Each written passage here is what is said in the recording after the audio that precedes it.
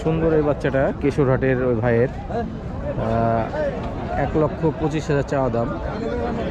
বেচা কিনা হয়তো বা একটু বেশি হবে।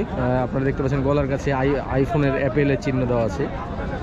এই গরুওয়ালা ভাই, আপনার গরুওয়ালাতে গরুর গায়ে তো আপেলের চিহ্ন দেওয়া আছে গো ভাই, আপেল। ফাইনাল কি দাম নেবেন একটু বলেন, মন নরম করে দিয়ে দেন আমাকে।